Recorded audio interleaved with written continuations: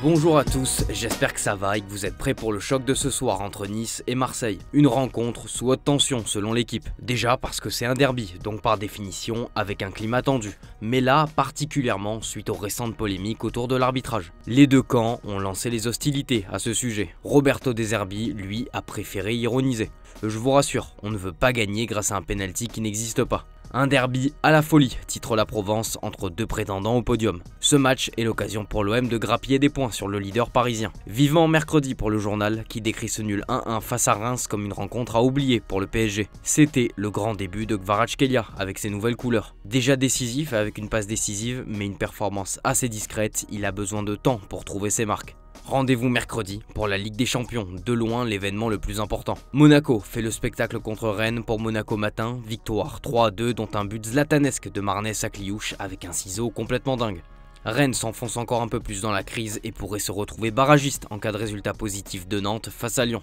Pierre Sage, au cœur de la tempête, peut au moins compter sur le soutien des ex-lyonnais. Sidney Govou, Philippe Violo ou encore Jean-Michel Aulas le soutiennent. Une victoire contre Nantes est impérative pour revoir la lumière comme le résume le Progrès. Surtout qu'en plus, le LOSC s'est fait surprendre 2-1 face à Strasbourg. Il y avait de la première ligue hier avec le gros choc entre Chelsea et Manchester City. Ce sont les Citizens qui en sortent vainqueurs 3-1 en partie grâce à son buteur Erling Haaland, le joueur le plus fiable de Pep pour le Daily Express. C'était aussi la première pour Kouzanov, fraîchement arrivé de Lens pour 50 millions d'euros. Le défenseur ouzbek a été coupable de l'ouverture du score et a récolté un carton jaune très rapidement. Une première ratée, mais sans conséquence. Guardiola l'a pris dans ses bras et l'a rassuré, il n'y a rien d'inquiétant pour un si jeune joueur. Liverpool tient toujours la cadence et mène la danse comme le placard de Daily Star. Un jour de plus au bureau pour les Reds, ça en devient presque lassant pour le Mirror tellement cette équipe est forte. Succès 4-1 contre Ipswich.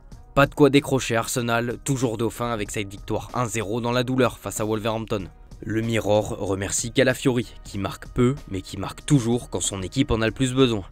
Une rencontre mouvementée avec une expulsion de chaque côté qui a fait vriller tous les acteurs selon le Sun. Autour de Manchester United d'en faire autant face à Fulham ce soir. Bruno Fernandes appelle ses coéquipiers à montrer leur caractère. Direction l'Espagne avec le magnifique Mbappé comme le placard as. Victoire 3-0 du Real à Valladolid et le premier triplé de KM9 avec son nouveau club. Sans se montrer ultra dominateur, Madrid s'est débarrassé de son adversaire. Le journal salue la métamorphose de Mbappé. Au fond du trou après son penalty loupé à Bilbao, il a depuis drastiquement remonté la pente. On le retrouve affûté, omniprésent dans le jeu de son équipe, il est cherché par tous ses coéquipiers, notamment Bellingham, avec qui il a une très bonne relation technique. Le tueur, Mbappé est de retour pour Marca. 8 buts sur ses 5 derniers matchs, 15 buts en Liga, une unité seulement derrière Lewandowski. Un succès du Real qui les place à 10 points du Barça et 4 de l'Atlético. Les Colchoneros se sont fait accrocher à la maison par Villarreal, un partout. À Barcelone, l'opération Remontada est lancée pour Mundo Deportivo. Brillant en Ligue des Champions, le journal veut retrouver ce niveau en Liga et combler son retard.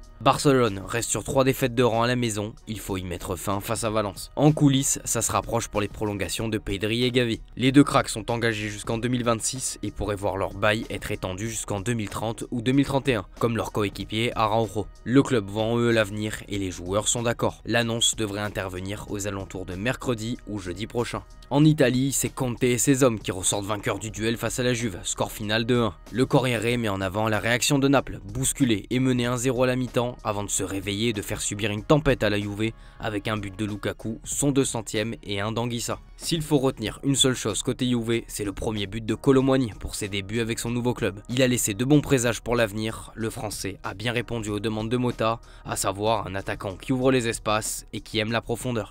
Naples compte 16 points d'avance sur son adversaire du jour. Ça tient aussi pour l'Atalanta qui s'est imposé 2-1 sur la pelouse de Com. L'AC Milan reçoit Parme à 12h30 aujourd'hui. En parallèle, le club s'active pour Santiago Jiménez, le buteur de Feyenoord.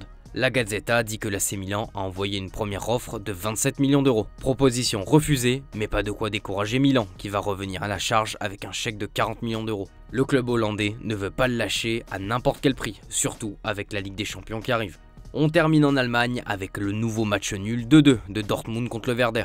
Nouveau coach, mais nouveaux problèmes comme le placard de Bild. Mike Tölberg a beaucoup de travail pour remettre cette équipe à l'endroit. 5e match sans victoire en 2025 déjà. C'est plus joyeux côté Bayern avec un succès 2-1 face à Fribourg. Un but de Kane et une passe décisive de Joshua Kimmich qui fait beaucoup parler en Bavière. En fin de contrat l'été prochain, son club veut toujours le prolonger, mais le joueur, lui, n'a pas encore pris sa décision. Le journal dévoile qu'il a même eu des discussions avec le Real Madrid et temporise pour l'instant. 2-2 entre Leverkusen et Leipzig et des rumeurs qui se multiplient pour le champion en titre. The Sun dévoile que Leverkusen et Dortmund ont envoyé des scouts pour observer Job Bellingham, le frère de Jude qui évolue à Sunderland. Il y a de grandes chances qu'il finisse la saison avec son club avant de songer à déménager. C'est tout pour ce matin les amis, merci de votre fidélité, bon dimanche de football à vous et à demain sur Foot Mercato. Ciao ciao.